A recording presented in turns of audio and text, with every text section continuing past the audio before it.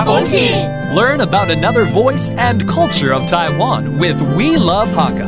现在就让我们加入客家风情，一起发现客家之美。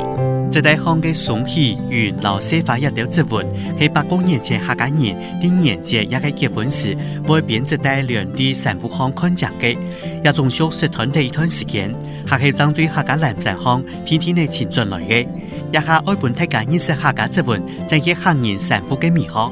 When thinking of hand-woven belts, many people would think of indigenous patterns, but Hakka people have created pattern bands for centuries. They would sew the woven bands along their blue shirt's collar, cuffs, or hem. Nowadays, the pattern bands have more modern uses.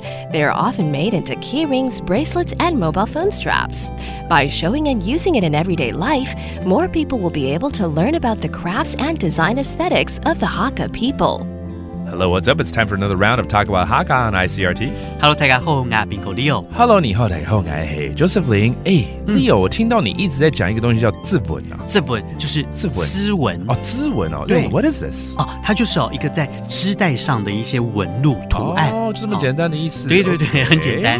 那還有一些客家特色在上面了。沒錯沒錯，有一些比較專屬的一些圖案哦，像什麼雙喜啦、喜啦，然後什麼桃花啦、小花啦、雲啦，這樣的一些圖形哈，都會在這個客家的織帶上出現。那是不是結婚的時候就會看到啊？你剛剛講雙喜啊、喜啊，這都是啊。對啊對啊對啊，就過年過節或者是結婚的衣服，那個一定要弄漂亮一點啊。對，所以當然就會有很多這樣的圖案在上面了。太棒了，太適合了。你想一下以前的布料哦，染色技術不好啦，布料的材質不好啦，所以那個衣服做出來就很素，是不是就不好看嘛？單調了一點。對，沒錯，就把這個漂亮的織帶把它給縫在這個袖口啦、領口啦、這個衣襟這邊啦，就看起來就有變化了，就有畫龍點睛的效果。而且感覺會加強這個布料的那個潤度。沒錯沒錯，因為布比較脆弱啊，所以這樣就變得比較補強它了。對，說到這個顏色的部分哦，以前染色的技術沒那麼好，所以大批的布料哦，你要把它染成這樣子的顏色比較不容易。但是你染織帶、染那個紗線就比較容易了。對對，紗線染出來之後呢，你就可以透過不同顏色的紗線哦，編出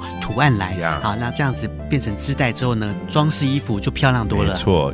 All right, let's teach you some of these phrases that we brought up in this article, including that ribbon pattern called 織紋。織紋 and then the ribbon itself 就是織帶。織帶 and you gotta weave it together， 要來編織。編織 And there you have it. Learn a little bit of Hakka handicrafts right here. Thank you for listening to Talk About Hakka on ICRT. 什麼大家？俺只係張來了。客家風情由客家委員會監製。We Love Hakka has been brought to you by the Hakka Affairs Council.